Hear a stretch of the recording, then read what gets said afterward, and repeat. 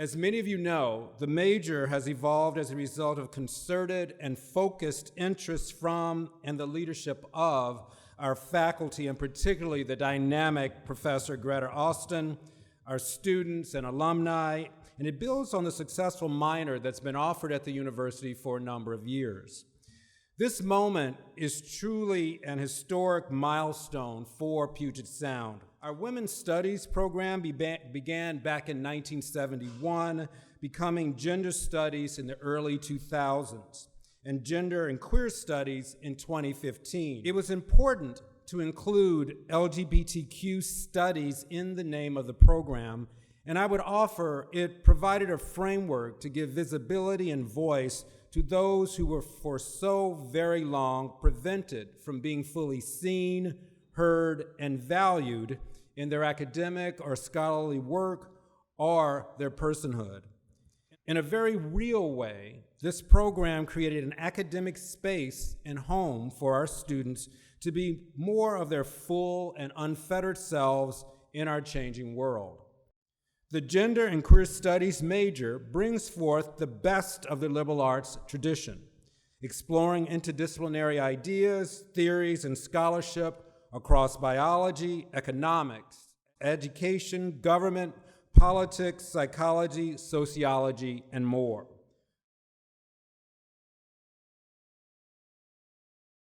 So my few remarks to the history and to the relevance of the field.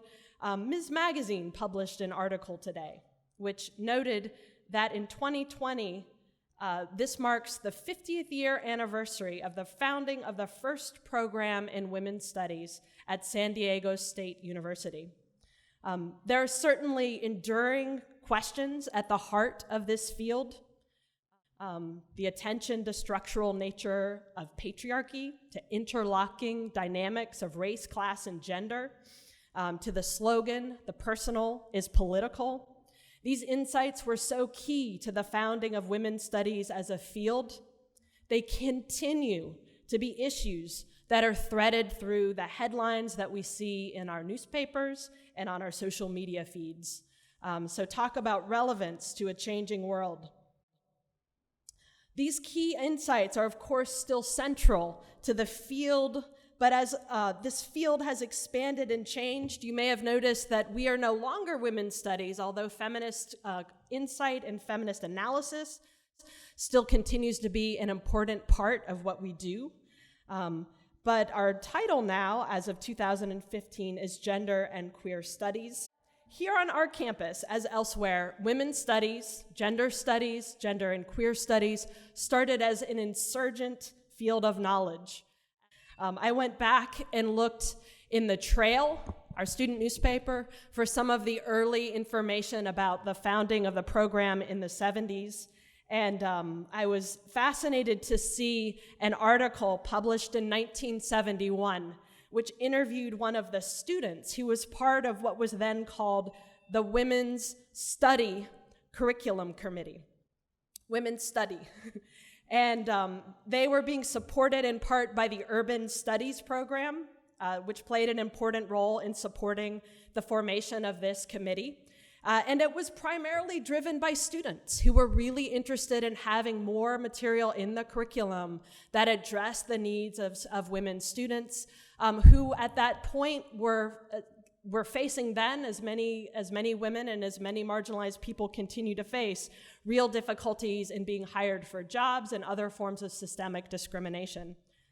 So part of this process of expansion and change has been recognizing that GQS is an established field in its own right, and also acknowledging that this is also an interdisciplinary field. So it's something of a conundrum in the way that colleges and universities are organized with disciplines that are specialized fields, but at the same time, GQS is a discipline that is interdisciplinary with connections that cross the other disciplines across the university. So there's a very exciting set of courses that we are drawing from. And I'll say one of the important things that the governing board realized in particular is that we already with the professors and the courses that we have represented already on campus, had so much of a robust set of offerings in this field that it really was very easy to make an argument that we needed to have a major. So it is because of the strength, the current strength of the faculty, and because of the way that the insights from feminist, gender, and queer studies are threaded throughout the discipline that we can offer this set of coursework that expands in this kind of way. I came to this school searching not only for a community of learners, but for the tools that would allow me to forge a unique path in my life. I found these tools in my GQS classrooms because they not only challenged me to see the world beyond my own perspective, but because they also gave me the words to finally begin to see myself. My love for learning was forged in Heather White's GQS 360 class when I left every day feeling ready to pull my hair out. After that class, I started a queer theory club called the Coffee and Conversation Hour. When I was a junior, I created a petition that generated over 1,100 signatures from current students, alumni, and various community stakeholders expressing support for the establishment of a GQS major. I also joined the curriculum committee. For those familiar with university bureaucracy, you know the dedication that takes for an undergraduate to sit through those weekly meetings. And I ran for ASAP's senator because I wanted to learn the institution that I wanted to change. My involvement in the push for this major represents the empowerment that identity-based disciplines like gender and queer studies, Latinx studies, and African American studies instills in the students that study them. They catalyze the intellectual inquiry that leads to system-changing ideology, the courage and leadership that shape social movements, and the palpable self-expression that is painted from Weyerhaeuser to Collins Memorial Library. Simply put, the Gender Studies Department does more than teach critical thinking. It facilitates critical action. I believe this to be the power of a true liberal arts education, and this is why I believe the GQS major is such a significant implementation on this campus. I learned a lot during my time here, but something that will always stick with me is this. People and communities, these are our largest mobilizing factors. A gender and queer studies major brings together a community of learners passionate about seeing one another and creating space to see others. It teaches us how to build each other up while breaking down the harmful and oppressive systems that confine us. To quote Bell Hooks, because what kind of gender studies nerd would I be if I didn't? I celebrate teaching that enables transgressions, a movement against and beyond boundaries. It is that movement which makes education the practice of freedom.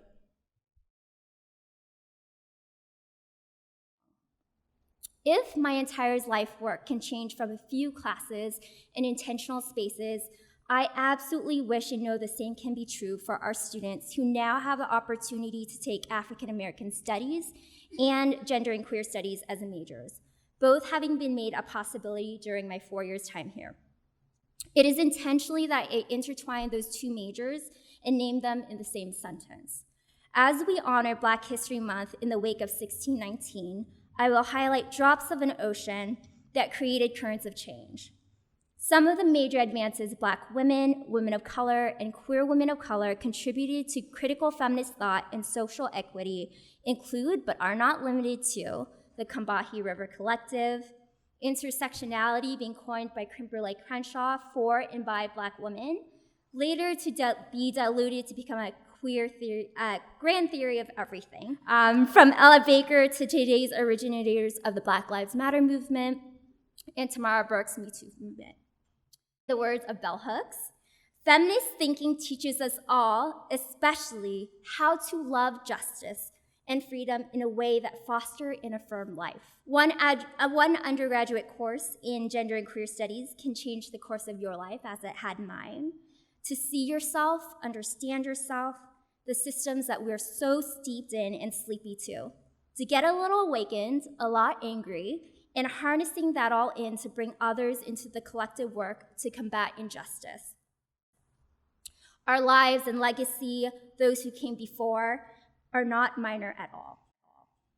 Here's to you, gender and queer studies becoming a major, and the major contributions you have and will make as a result of your learning and lived experiences.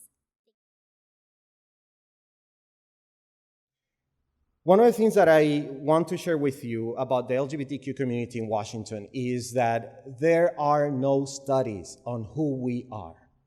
There's no survey, there's nothing that tells us as Washingtonians, that tells the governor, the government in this case, for me, right, and my role, that tells us who we are in Washington state. There's nothing. So why do I want to bring this up? Because I am going to rely on you. I am going to rely on the people who take these classes, who are interested in doing research, who are interested in doing surveys, who are interested in doing the work to get to know our community here in Washington, because right now we have nothing. So you see the importance of something like this? You think that it's just a couple of classes, right? Just a fancy new major that I'm going to take out to the world and do I don't know what. Well, I'm going to tell you what you're going to do with that.